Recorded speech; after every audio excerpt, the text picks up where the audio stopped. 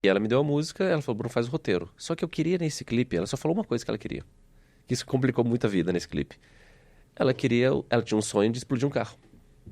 Seja muito bem-vindo a outro vídeo do Verdade Pode. E vocês não vão acreditar quem tá aqui hoje. Ele é diretor criativo. Sabe esses clipes, vou dar um exemplo, do Luan Santana, que você vê por aí? Ele não tem um dedo, ele tem vários dedos. Seja muito bem-vindo, Bruno Fioravante. Isso, Fioravante. Obrigado, Gente, eu tentei, prazer. desculpa te cortar, mas eu tentei, assim, falar o nome dele umas 3 vezes. Fioravante. Acertei agora. Acertou, sim. Seja muito bem-vindo, Bruno. Obrigado, prazer pelo convite. E vamos conversar, né? Vamos, as verdades da produção musical, que hoje ele também está trabalhando com publicidade. Sim. E a gente trocou umas palavrinhas aqui antes. E assim, eu como fui atriz por 11 anos, trabalhei muito teatro. Na verdade, eu fiz 25 peças teatrais. Então eu tenho uma bagagem que eu entendo que funciona por trás, sei que também, para mim, tinha acabado esse julgamento, porque a gente está em 2024. Acho que, né, julgamento, essas coisas, competição também tinha que ter acabado. E eu aqui conversando com o Bruno, descobri que não, né? Então vamos falar as verdades sobre uma produção. Na verdade, como é que começa? Vamos começar do começo, gente. Tô um pouco atrapalhado. Vamos começar do começo.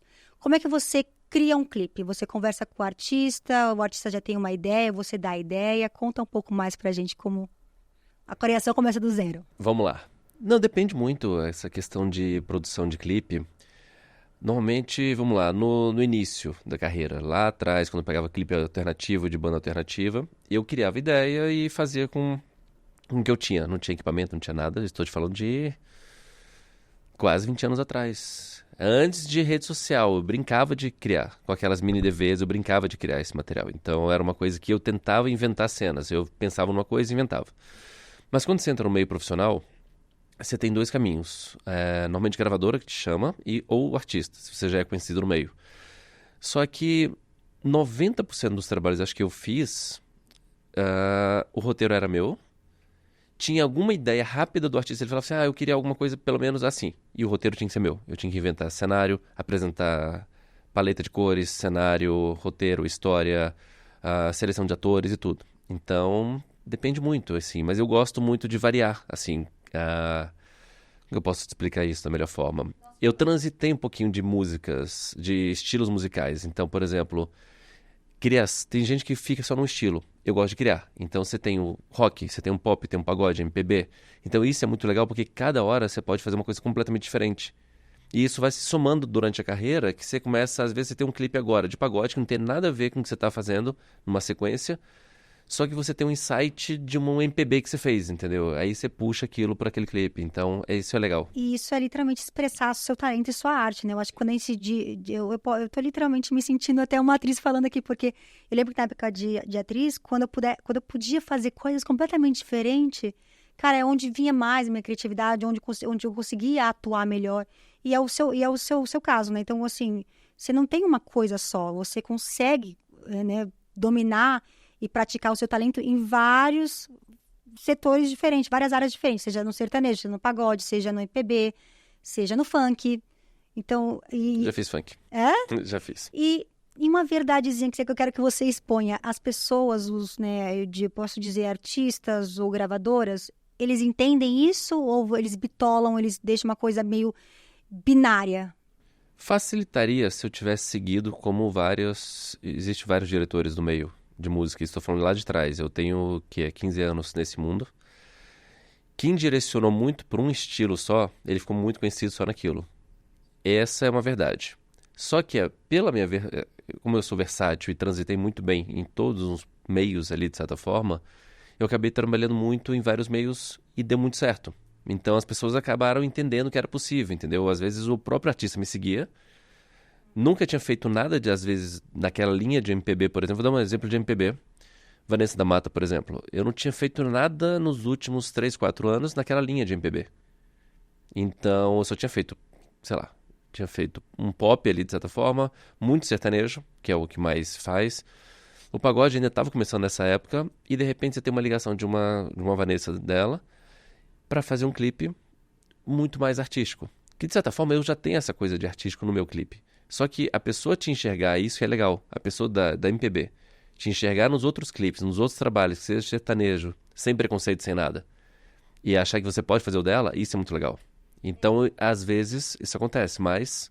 É o que eu falo. Eu tenho uma coisa pra mim que o artista reconhece o artista. E as pessoas que... o artista, seja ele, né, na gravadora, ou o empresário, ou o próprio artista, julgar ou deixar uma coisa binária no outro artista, eu acho que a ideia já passa... É um julgamento que não tem que existir no nosso meio, né, na nossa arte.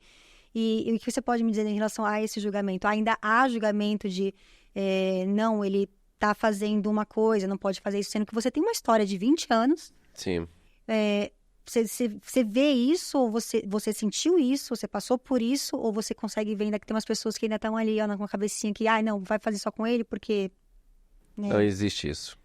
Existe. Então, hoje, por exemplo, na cidade, em São Paulo, que eu não precisa nem falar o nome de artista, mas hoje tá tendo uma gravação de DVD e amanhã tá tendo uma outra gravação de DVD. Eu sou mais do videoclipe, entendeu? Eu faço muito mais videoclipe. Por exemplo, esses diretores que estão fazendo esses DVDs, eles são nichados nesse mercado. E eles só fazem esse tipo de DVD.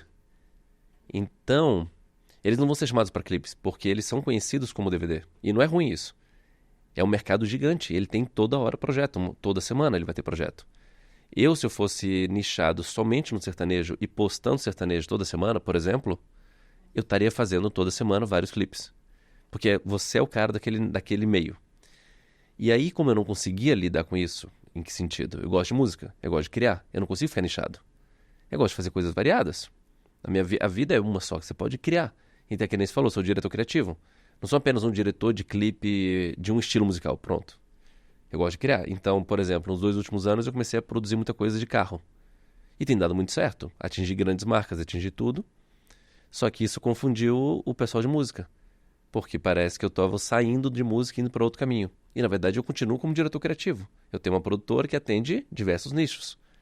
E aí que está o problema. E por que isso? Porque, assim, isso não me entra um pouco na cabeça, acho que de várias pessoas também não.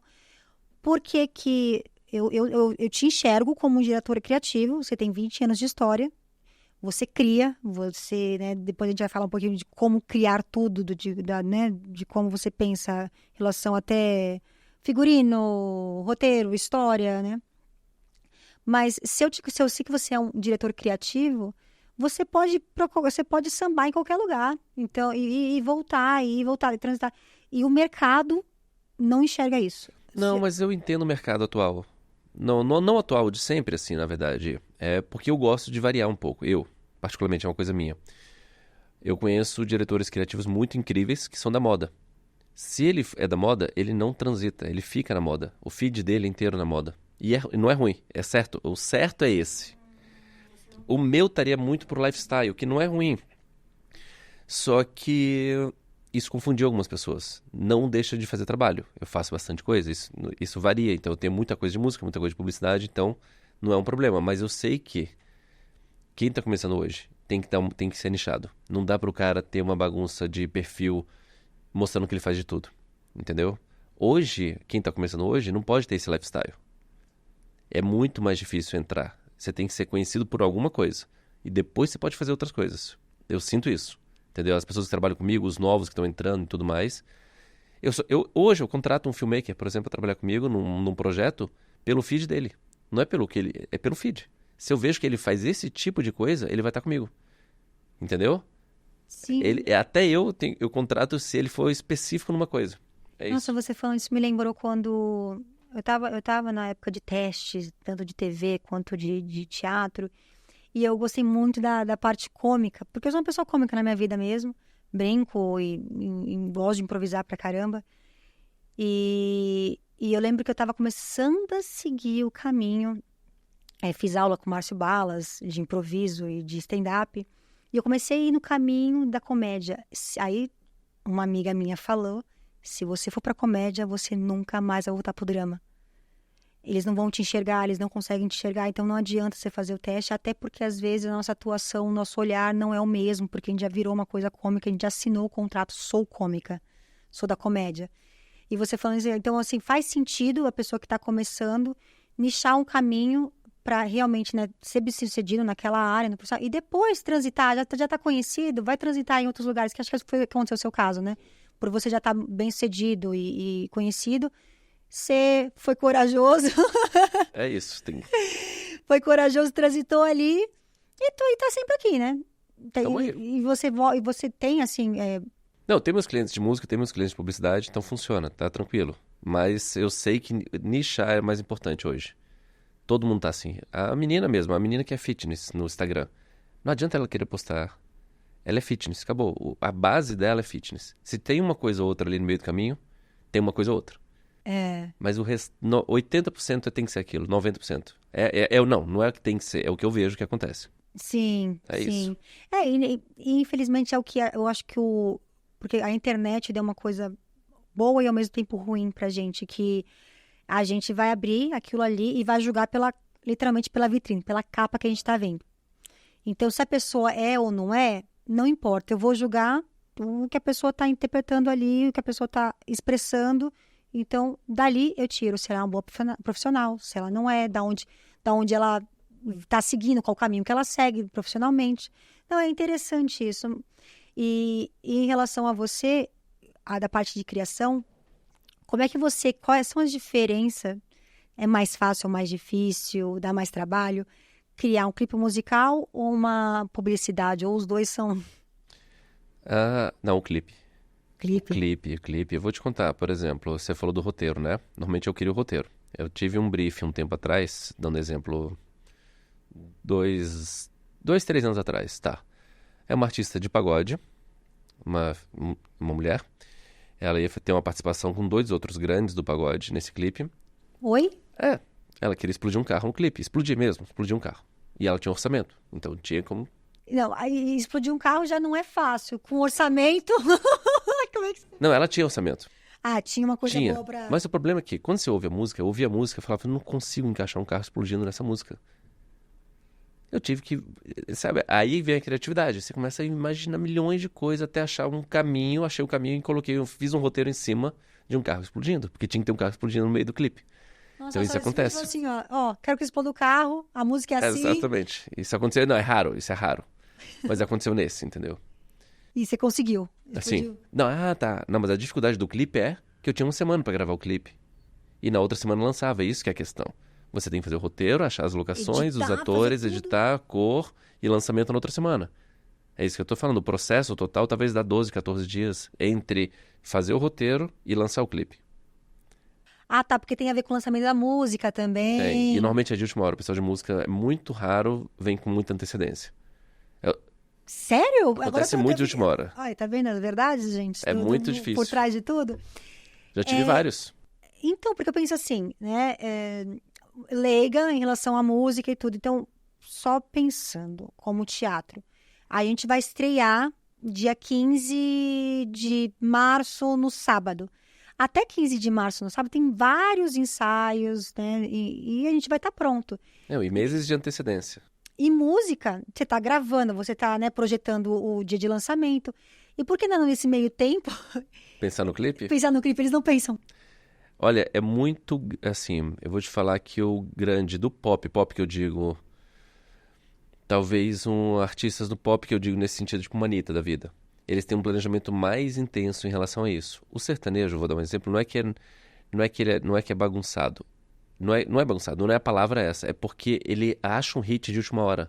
Às vezes chegou um hit de última hora. Que nem aconteceu uma vez. Eu fiz Jennifer, do Gabriel Diniz, aquela que estourou 4 anos atrás. Não, 5. Mais. Não, mais? Mais. 6 anos. Eu conheci ele. Tá. Uma semana depois. Tá, quer ver? Tem uns 7 anos. Tem uns 7 anos? Então vamos lá.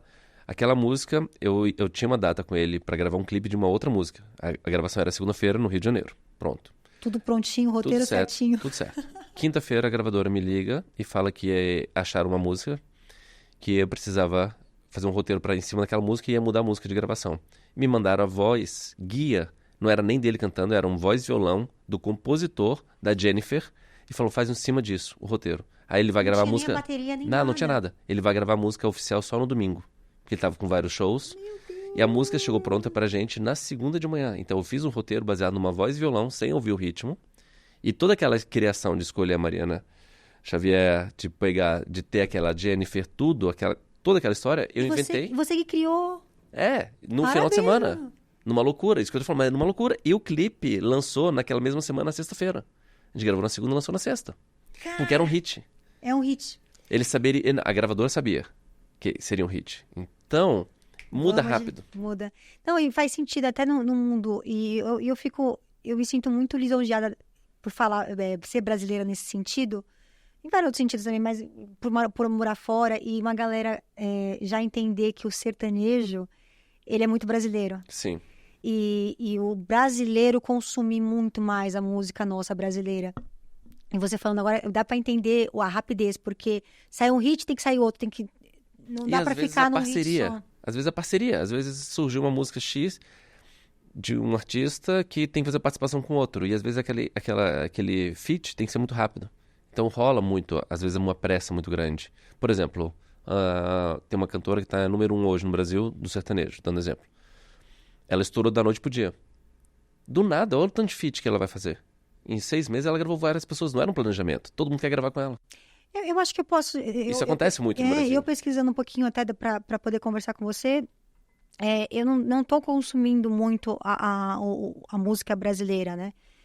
Mas não é por falta de... Porque a internet a gente vê, mas infelizmente eu consigo decorar as músicas só por trendzinha de Instagram, sabe? Tá, Trend, pronto. tipo...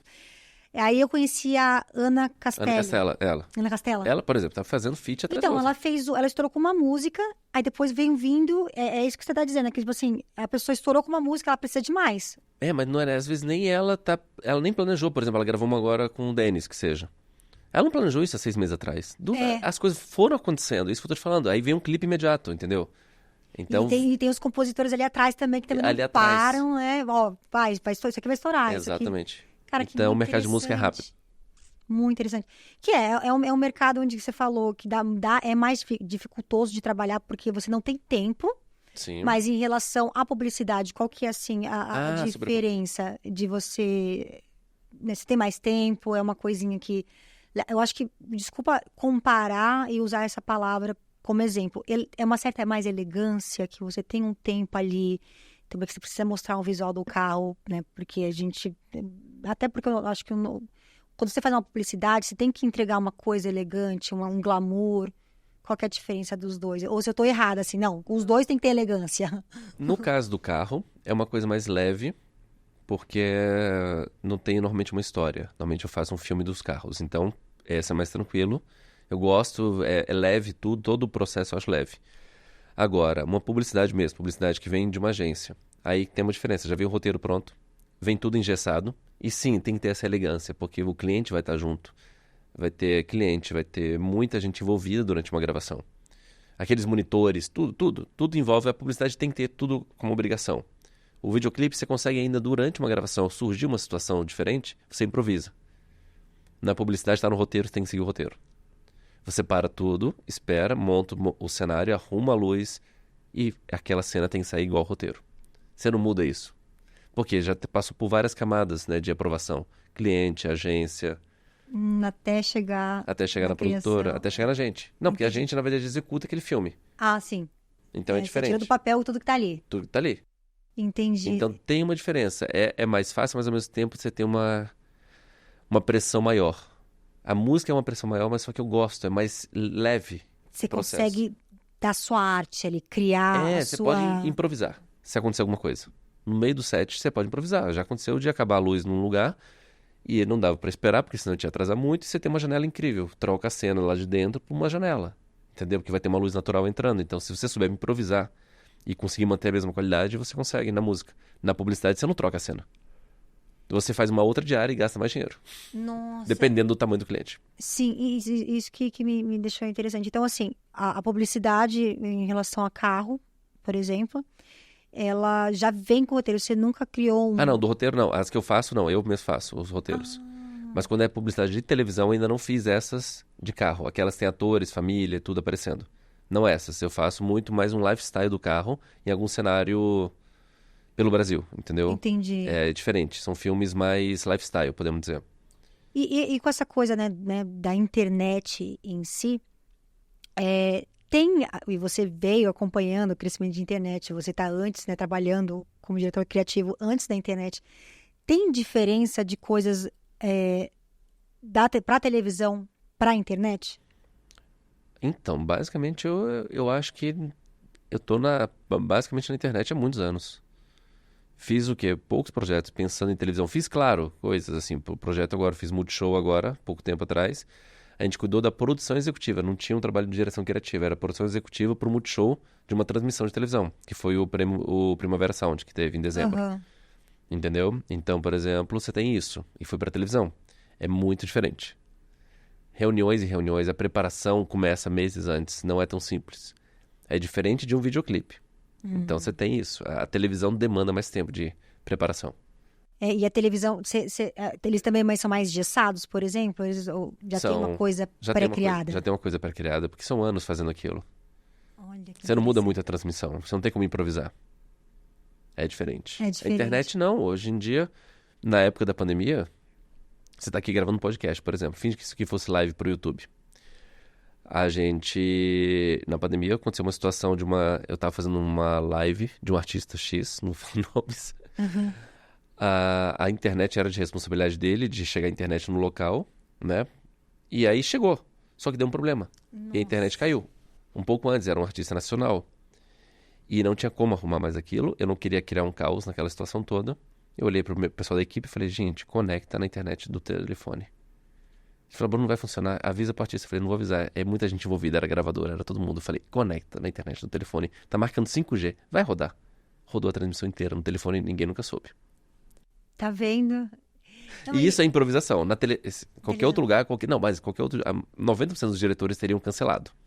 Caramba. E eu falei, vou arriscar. Eu fiz no 5G. Ali, vamos dar um jeito antes de espalhar, né? Não, se cair no meio, beleza, mas vamos tentar, vamos começar, dar start. É. A gente Nossa, começou a live isso é interessante. e funcionou. E eu acho que isso fala do seu talento, assim, também de criar. Eu acho que as pessoas muito criativas, elas têm a solução na palma da mão, na mente, assim, vem. Se tá certo, se vai dar certo, a gente vai descobrir no meio do caminho. É exatamente isso. No meio do caminho a gente faz outra solução, mas vamos começar com a solução que tá na minha mente. Começa. Eu não posso não começar. Começa. Depois a gente resolve o problema. Que isso é muito interessante. E você com essa trajetória toda, Bruno, o que você diria para realmente para quem está começando, quem tem esse desejo de trabalhar como na parte criativa, tanto com clipe ou com publicidade? Você já falou, deu até uma dica aqui de que realmente siga o nicho, procura realmente o que você é bom, mas outras coisas, o que você pode estar dizendo para quem está realmente começando nessa parte de direção criativa? Não, acho que na parte do tanto fotógrafo que seja, como filmmaker e tudo, o importante é definir o que você gosta. Fazer muito bem o que você gosta. Por exemplo, eu venho de uma época antes, vamos lá, eu podia fazer um pouco de tudo. Tô falando que eu vim um pouco antes dessa rede social, desse boom de pessoas ensinando, de Instagram, de Reels, de tudo isso, não tinha nada disso. Então, se você vem ali naquela época, você pode arriscar coisas. Então, eu podia fazer um caminho, podia tentar outro estilo de música, podia transitar um pouquinho. Hoje em dia, é muito mais fácil o cara avançar se ele for nichado, por exemplo, no mercado de carro. Quando eu faço alguma campanha de carro, alguma coisa, eu vou procurar pessoas que vão trabalhar junto nessa equipe que trabalham com carro. Não é a mesma galera do videoclipe que eu levo. Que interessante. Porque eu quero gravar carro, não é tão simples.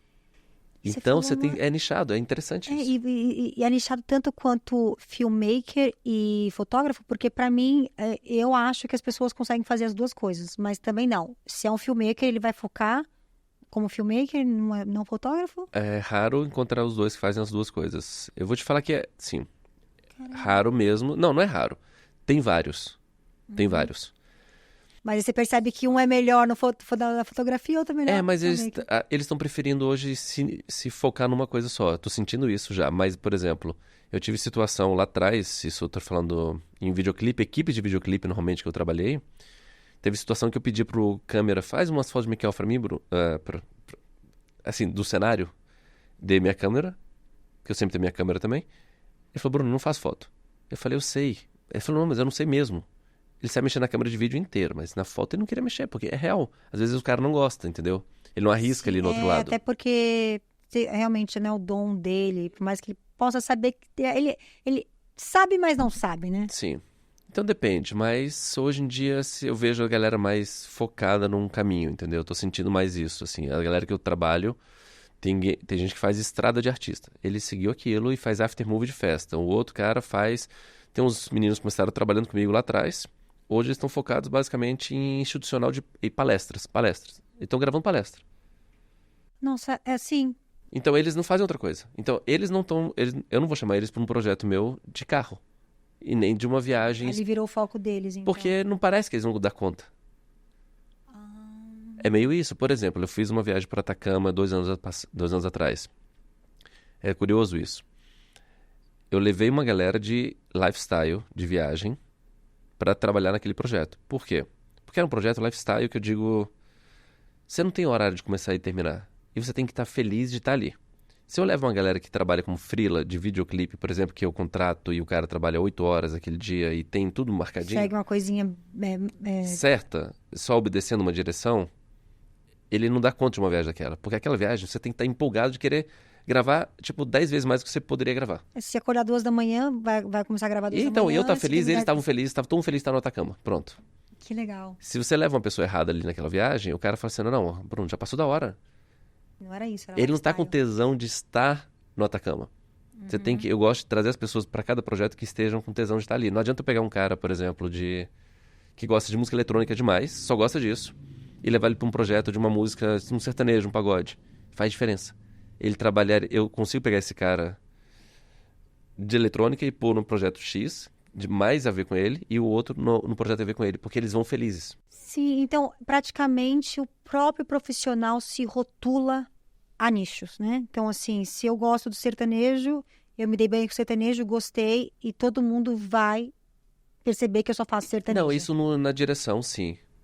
Direção musical, sim. Direção de vídeo, sim. E produção musical. Muito produtor musical fez fama seguindo uma linha só. Produtor musical, principalmente. Aí, em questão da publicidade, vamos supor, se eu tiver que, sei lá, pro deserto, gravar uma coisa de carro ali, comercial de carro, tem que ser uma coisa que também que não tem hora marcada, porque às vezes um pôr do sol, às vezes um nascer do sol, porque eu penso muito na direção de imagem. Você era atriz também, você já foi nisso, você já sabe. Eu tô imaginando isso, quando você falou Atacama, eu falei assim, imagina se ele foi lá gravar um carro, talvez, tem que ser 3:30 da manhã, porque o sol, se começa a nascer, 4:30, a gente tem que pegar aquela coisinha. Então é uma pessoa que tem que ter um lifestyle que viva, né, o filmmaker. Exatamente. E é a diferença da pessoa que trabalha só em horas, business hours, né? Não, no filmmaker normalmente não trabalha tão fixo assim, mas só que ele tem as manias, entendeu? Ele tá acostumado a receber direção, por exemplo. A ser delegado. A ser delegado. E eu gosto de pessoas que numa viagem dessa todo mundo tem que ser um pouco criativo. Tem que estar com vontade de criar. Se delegar, né? Olha. Tem que acontecer. Interessante. E isso é interessante. Essa é uma coisa que eu aprendi variando projetos. Eu ia falar isso agora. Eu falei, acho que por você ser criativo e conseguir sambar no funk, dançar funk no sertanejo, digamos assim, né? Pela sua criatividade, você consegue fazer tudo de videoclipe e você consegue ter uma visão de quem realmente você vai puxar para você para gravar ali. Olha, esse aqui, ele faz um sertanejo, mas eu acho que ele vai se dar bem aqui numa coisa comigo. É mais ou menos assim que você leva? Sim, sim. Isso é muito interessante. E outra coisa também que eu gosto das verdades, em relação à criação, você já teve alguma coisa que você quebrou a cabeça para criar um projeto, um roteiro? Porque lidar com o artista, a gente lidar com muito ego. Aliás, eu acho que lidar com a nossa criação e a imaginação, expectativa do artista, então a gente está falando de 2 artistas e 2 egos. Uma coisa que eu criei, que eu pensei, é o meu dom, e uma coisa que eu apresentei, onde a pessoa vai atuar e cantar ali. E são 2 egos. Você já teve alguma coisa, já passou por situações delicadas que o artista chegou e falou assim, não gostei, não é isso, ou até, né, por conta de egos, já sentiu? Então, o início que eu digo, não então o início de 14 anos atrás, de 2010 para 2011, 12, por aí. Não, acho que 12, 13 mais ou menos. Quando eu entrei no sertanejo, foi mais ou menos nessa época ali. primeiro grande clipe, o primeiro grande artista foi o Luan, lá trabalhar, depois logo veio o Zezé de Porque Camargo. ele tava estouradaço, né? Tava explodindo. E aí veio o Zezé de Camargo e Luciano. O grande lance naquele primeiro momento era o artista que era meu... Sabe aquele artista? Hoje em dia, qualquer artista pra mim, você não tem mais... Você já acostumou a trabalhar com artista. Então, é mais um trabalho, é mais um artista. Você acostuma, vira uma coisa no meio, seu meio social já é normal. Só que quando foi no início, artistas que eram famosos da sua infância eram mais complicados, tipo Zezé de Camargo e Luciano. Eu encarar eles, que era uma fama da minha infância, que meu pai ouvia, que tudo, entendeu? Que eu via da televisão e tudo mais. Você tem que encarar os dois pra fazer um videoclipe e você tem que mandar naquela situação, é diferente. Então ali me intimidou um pouquinho no início, alguns artistas mesmo, entendeu? De não saber lidar. Não, sabia, você tem, você O veste profissional vai, mas a coisa fica mais suada, né? Fica mais suada, exatamente. Mas e você já sentiu um ego, assim, mais... não queria usar a palavra arrogante. Já tive. Já? Já tive. Você deixou de trabalhar com essa pessoa, por exemplo? Eu queria dar nomes, mas a gente não pode dar nomes. Não, mas não, assim, já tive... Não comigo necessariamente, mas com a equipe. Eu já vi pessoas querendo humilhar a equipe durante uma gravação. Isso é um problema. O próprio artista? O próprio artista mesmo. Isso já aconteceu. De fazer piadinhas com a equipe. Isso lá atrás, no início da carreira, eu vi muito isso acontecendo. Hoje em dia tá muito cancelamento. Não existe mais. É engraçado isso. Você falou em 2013, 14, 15. Não tinha essa história de vou cancelar. Ainda falavam-se coisas. E tinham celulares sendo gravados. Hoje em dia não fala. Ninguém mais fala nada. Hoje em dia tem o seu lado bom. E eu via muita coisa deles falando piadinhas que hoje tava lascada. Não, sim, não. E eu acho que até a criação de roteiros tem que mudar um pouquinho por conta da... Eu brinco, mas é o que eu falo. É muita mimimilitância. É isso. É muito mimimi. Ok, legal que tem várias coisas que estão sendo faladas e canceladas, mas o brasileiro, a gente gosta muito do exagero. Sim. A gente tem uma cultura extremamente exagerada. Eu falo isso com credibilidade por morar fora e por estudar, fazer um mestrado em psicologia em relação à cultura, tanto pessoal quanto do país que vive. Então, nós brasileiros, a gente tem tudo é extremo. Tá. E a gente nunca pode discordar, porque se eu discordo, quer dizer que eu sou contra. Não. Se eu discordo de você, não quer dizer que eu sou contra. Só discordo dessa situação. Sim. Não sou contra você, não quero começar uma guerra. Mas ainda a gente está nesse processo. Que se você falar, acho isso. Tem o seu lado bom, que é essa coisa que antigamente a gente fazia piadinha. A pessoa estava, né, fazia piadinha como se a gente pudesse fazer piadinha e a pessoa não pudesse sofrer. E hoje, o lado bom e o lado ruim também... Você tá gravando um videoclipe, às vezes, né, uma pessoa da produção sofreu uma piadinha, ela já solta pra alguém, aí o site, os perfis de fofoca do Instagram, no mesmo segundo. Hoje não dá mais para aquelas piadinhas que eu vi acontecendo, até do artista mesmo, falar com alguém da equipe, que aconteceu isso em alguns momentos. Não Cancelado pode. Total, não né? pode mais ter, porque hoje tá tudo gravando tudo. Tá tudo sendo gravado. Não, perfeito. E, Bruno, para a gente começar, para a gente iniciar o fim da conversa, você falou da pessoa realmente criar um nicho, e eu queria que você falasse até para pro fotógrafo, pro filmmaker que está te assistindo e começando, mais um conselho, assim, fatal, tipo, fato, que, o que você tem que fazer, como que você tem que posicionar, se realmente tem que usar o Instagram como seu portfólio. O Instagram hoje é o portfólio, não adianta. Isso tá claro, assim, eu vou te falar. E não só isso. Ele não tem que esperar ter o equipamento certo. Primeiro, iPhone faz tudo. iPhone, qualquer telefone. Se você começar fazendo ali, você já vai começar a fazer alguma coisa. Hoje eu conheço empresas em São Paulo que estão contratando pessoas para fazer marcas em eventos com telefone, porque eles querem uma edição com a cara de telefone editada e postada nos stories na hora. Então tem pessoas especializando nisso.